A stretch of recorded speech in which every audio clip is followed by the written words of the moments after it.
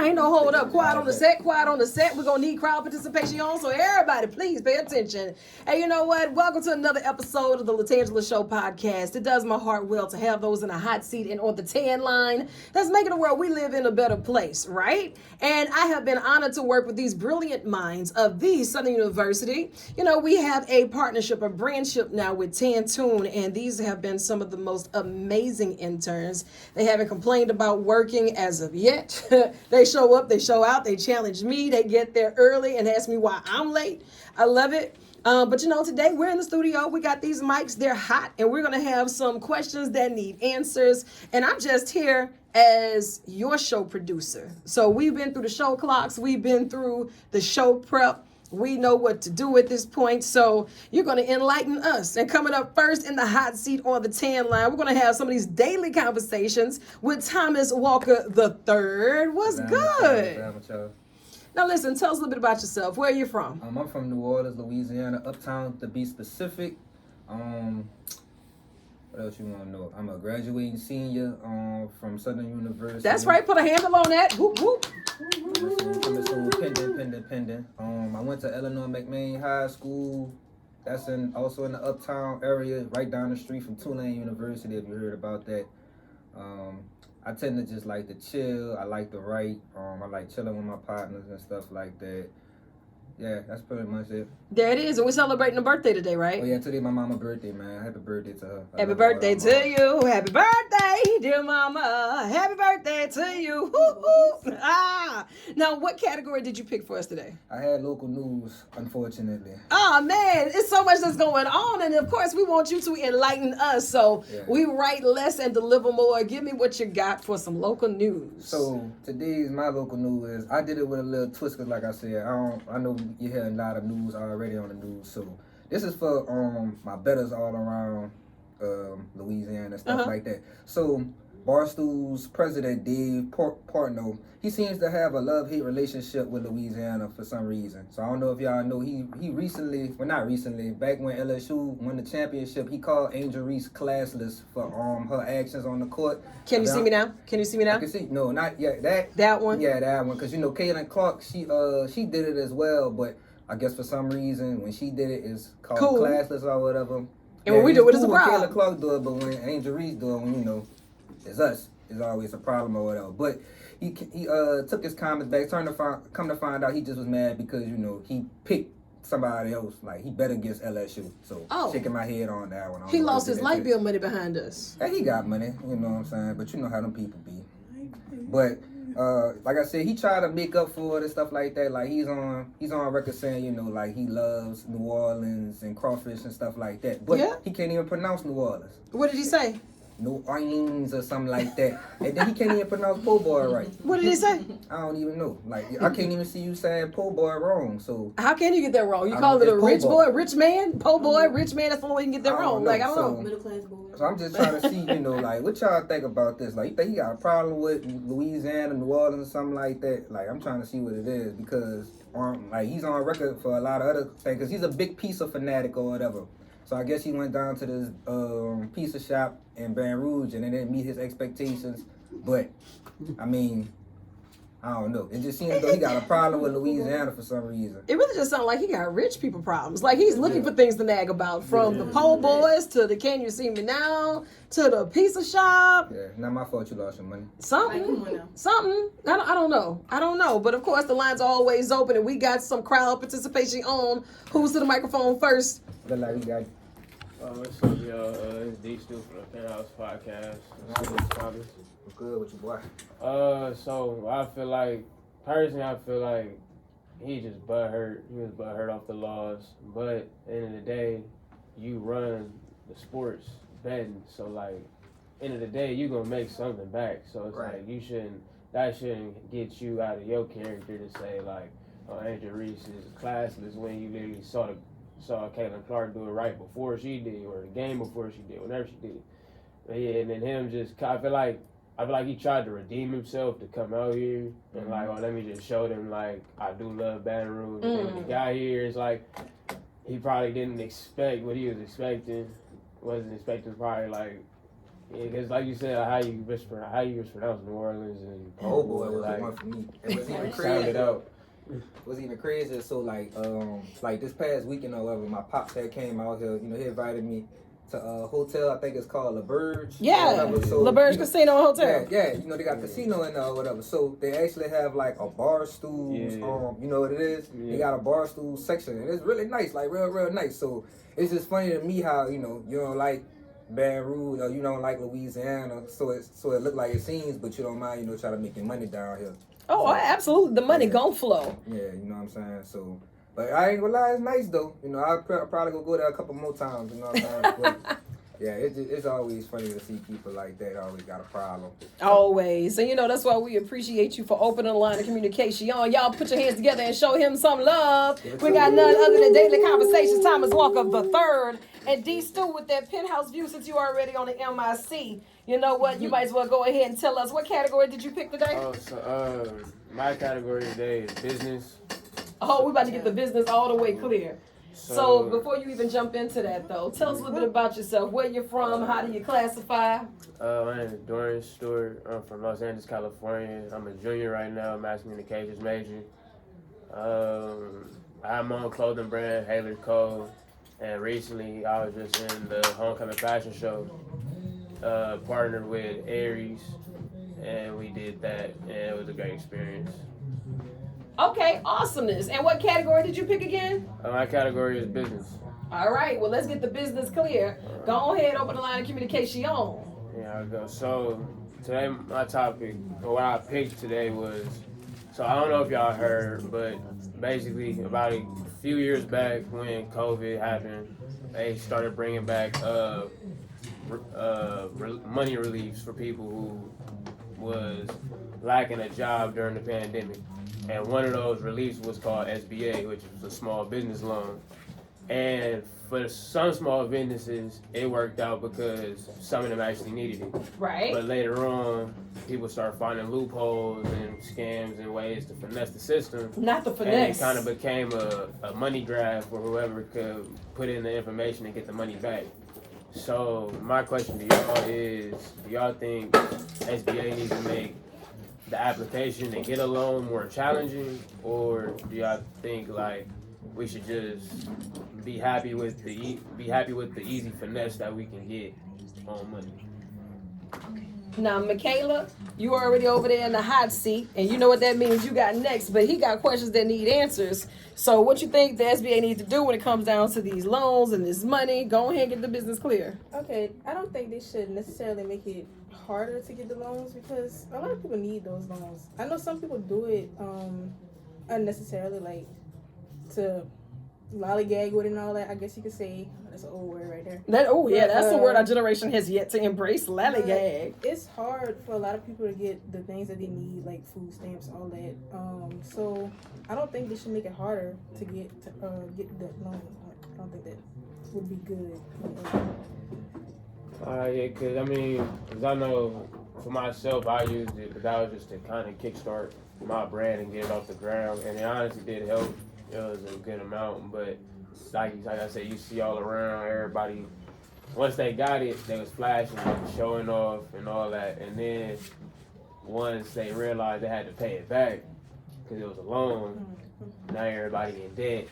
And everybody ripping off other people, robbing people, killing people, trying to steal, all just so they can make the money that they just lost back. So the government not on them.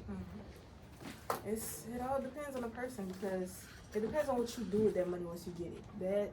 That's all up to you. But government assistance is hard enough to get now, so I don't think they should make it harder for other people to get these loans. Yeah, and that's a tough call, especially when you see people that's getting it for the flash and not really getting it for the assistance. So when you talk about getting the business clear, D. Stu, I appreciate you for that one. The penthouse view. Gotta love it. Now, Makayla, we're over here on the hotline. Tell us a little bit about yourself. Where you're from? How do you classify? I am from Vash, Louisiana. I am a junior at Southern University, majoring in mass communication. I'm ready to graduate, get up out of here. Today I'm going to be talking about politics. So Okay, get to that microphone, say it like you mean it. We're listening. When it comes down to politics, we're just fresh off of this election. We're heading towards some more runoffs. What you got for me? speaking of the election, I want to talk about the politicians. So in the past few years, we've elected some questionable politicians, whether that be with ages or decisions that they make. Okay. So they've been chosen for the wrong reasons, I feel.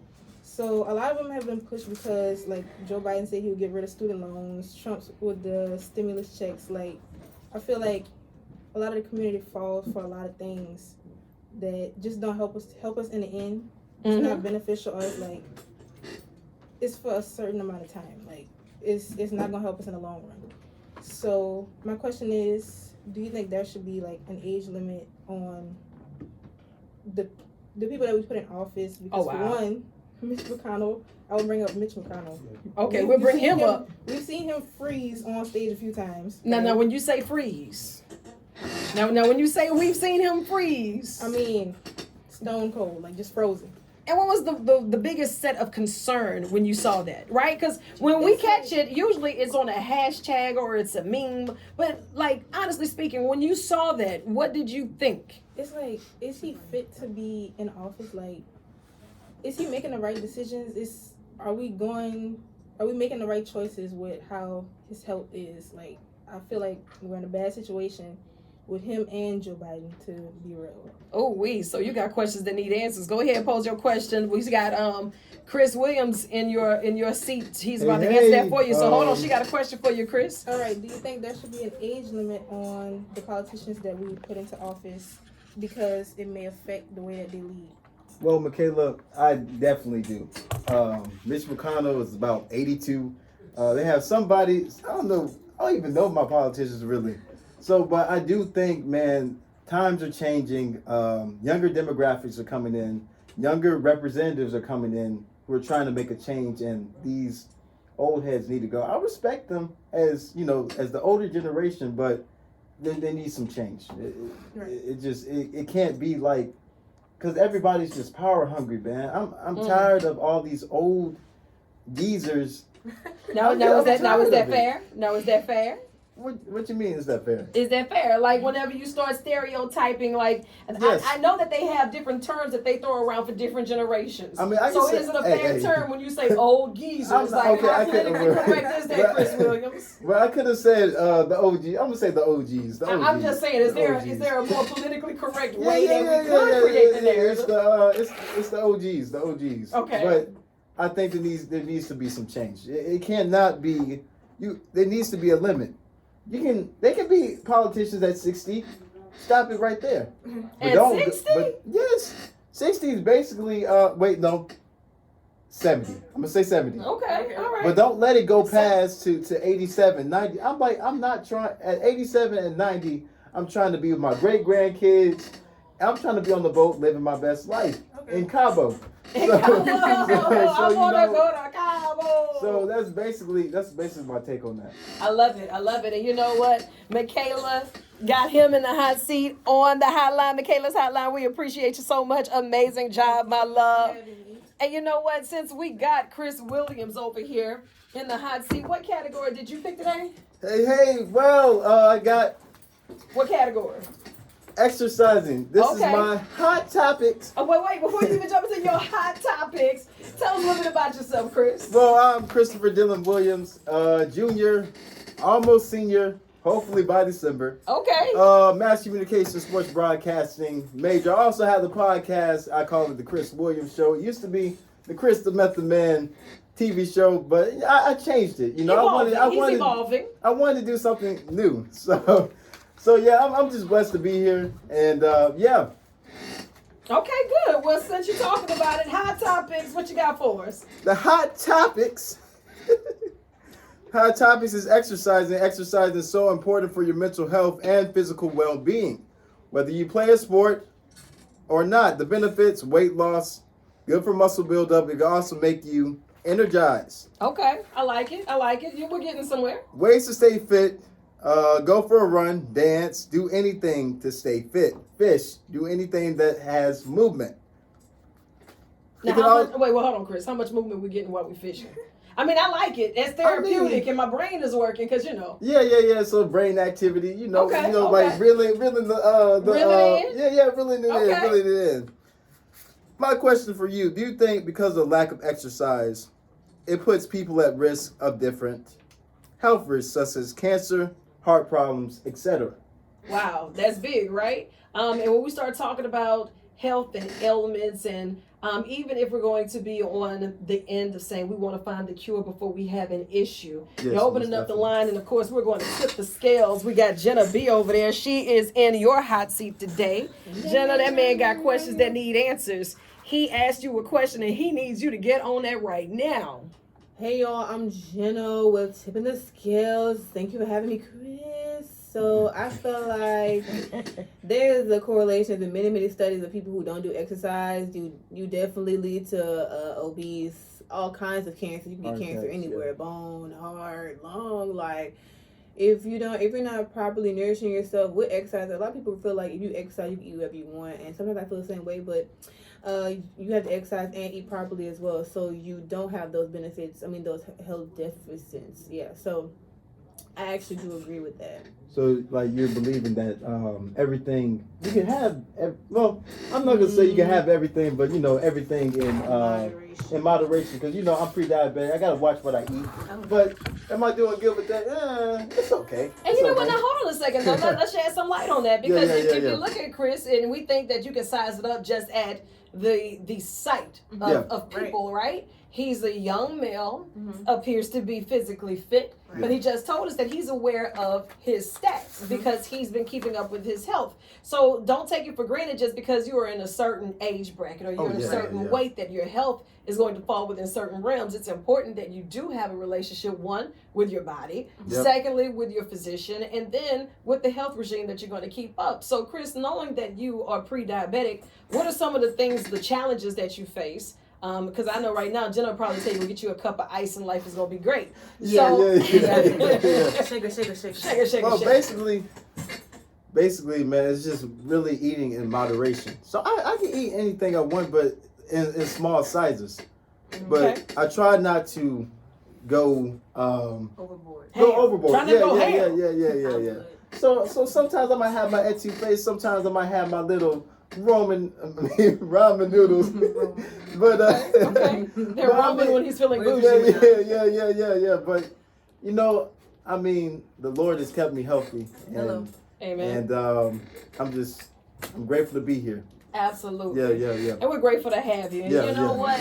We appreciate you so much for your hot topic. You never close that out with us. Hot topics. Hot topics. And you know what? Right now, in the hot seat, we got my girl, Jenna B. Now, what is the official handle on that? I know it's Jenna B. We're tipping the scales. It's my favorite, friendly, spiritual. Your favorite, helpful, spiritual bestie here. Yes, that's the one. That's the one. Now, tell us a little bit about yourself. How do you classify? Where are you from? The gag is LaTangela. I'm Jenna Bernard from the Plaquemine, Louisiana. Tisk. But love y'all. 225. I'm a Southern jag. What did I major in again? Major in mass communication and public relations. I'm a junior. Okay. And what category did you pick? I could sports, women in sports. That's my theme today. Oh, do enlighten us. The scale that we're tipping today, everyone. So, hey y'all, it's favorite helpful and spiritual bestie Jenna here with tipping the scales. And the scale I want everyone to tip is women in sports. Okay. Now, women in sports aren't taken seriously as much as men, but have to work twice as hard just to be seen. Oh, wait. Let's just go ahead and give a round of applause for the facts. For the facts. Literally, like. Proceed. Literally, like, lots of the, I can't think of the network, but I would say in 2021, nearly 33 million people tuned into women's sports. And in 2023, Coco Gauff, I believe, was a 19-year-old black woman who won the U.S. Open, being the youngest woman to win in tennis. So I feel like a question I'm wanting to pose is that even though like we have to work twice hard, and the statistics are showing that, a lot of people are watching and tuning in women's sports. People have their opinions about women in sports to this day, Yeah. I want to say that can we as a society challenge the status quo of women being dainty and soft? Because you see, goddamn, with Venus and Serena winging them balls like she's gonna fight somebody, but she is not the same caliber, right? She's not the same caliber as any other man. So I really want to touch on that subject because I feel like it's long overdue. Why are we still keeping men as the top of the top? Like I get patriarchy, but can we get a little side dressing for women? I don't know, like. Hey, you know what? Ask your question because you got your audience with you. And I know in the hot seat right now, you got Laila Simone. Now, Laila, she got questions that need answers. So go ahead, pose your question, and Laila got the answer for you. She gonna weigh in. So basically, I want to ask, can we as a society challenge the status quo of women being dainty and soft? Can women be seen as other than dainty and soft? Like, how can we do that? Or, Yes. You know. Yes. Let me answer that for you. Thank you. So I'm gonna be honest with you. I can only speak for myself. Again, every woman is different. We have different ways of presenting ourselves. For me personally, I feel like I've grown up, being told, purses, getting your nails done, doing this, doing that. All those things are connected with you being associated with like being a woman. Mm-hmm. However, I feel like the way that we can present ourselves, and challenge this thought is by showing up as we are. Mm-hmm. Because I feel like for a while, there was a stigma.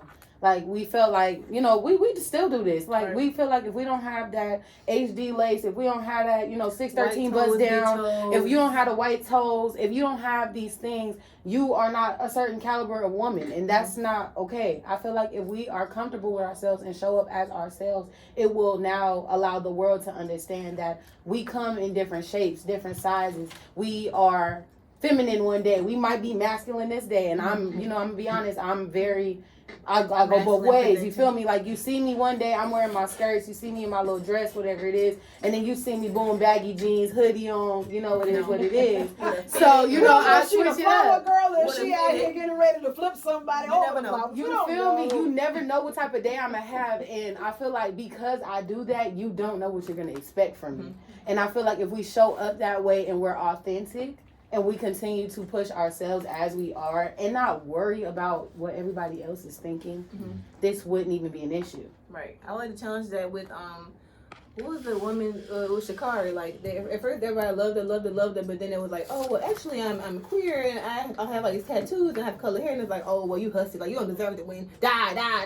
Right. So I just don't understand, like, femininity should be different for the woman. Like, I think we should, I think us as women should, because sometimes, like, we have patriarchy, of course, they're going to always, have that thought in our mind, but I feel like a lot of women have, like, internalized misogyny and feeling like, oh, I have to bring her down because she's not being feminine as me. Well, I'm gonna say it like this. I feel like that comes in with upbringing, because I feel like if you don't have that mother that's telling you, to be yourself, and you're not to be worrying about, like you said, like the misogynistic ideologies, whatever, however you want to put it. If you don't have that person telling you that, you're gonna fall in the trap. Right. You feel me? Yeah. So it's one of those things where it's like, how were you raised? What was important at the time when you were coming up? Because those are the things that you're still gonna emulate when you're in adulthood.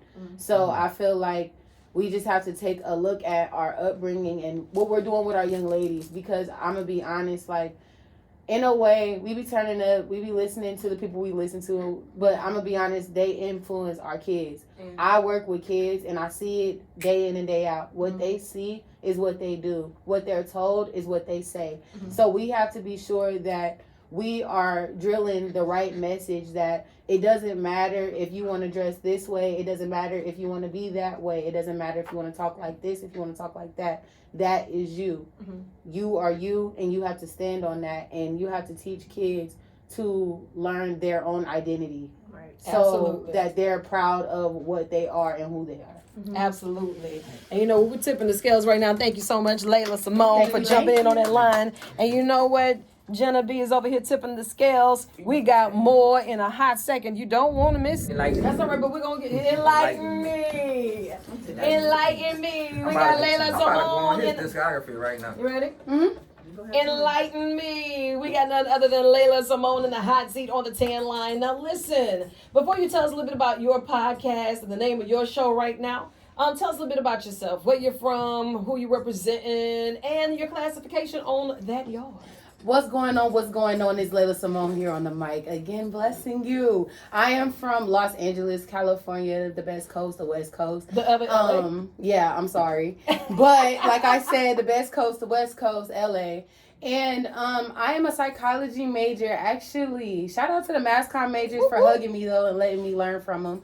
But I am a psychology major, and I'm trying to focus on child development. Nice. And you know what? It's been a blessing to have you in the class, and you have just been doing your thing. You're also over there with Jag Talk, so we know that you're staying busy. You feel me? You have picked a topic, because at first I was going to let you pick your own topic, and Thomas brought to my attention, oh no, she going to pick her topic out this box. Like everybody else picked theirs out the box. I forgot all about the box, ladies. Whatever it is you pick out that box, I need you to knock it out the box. What you pick? No problem. You know, Thomas, I'm going to rip it out the plastic because I'm always going to be brand new. You feel me?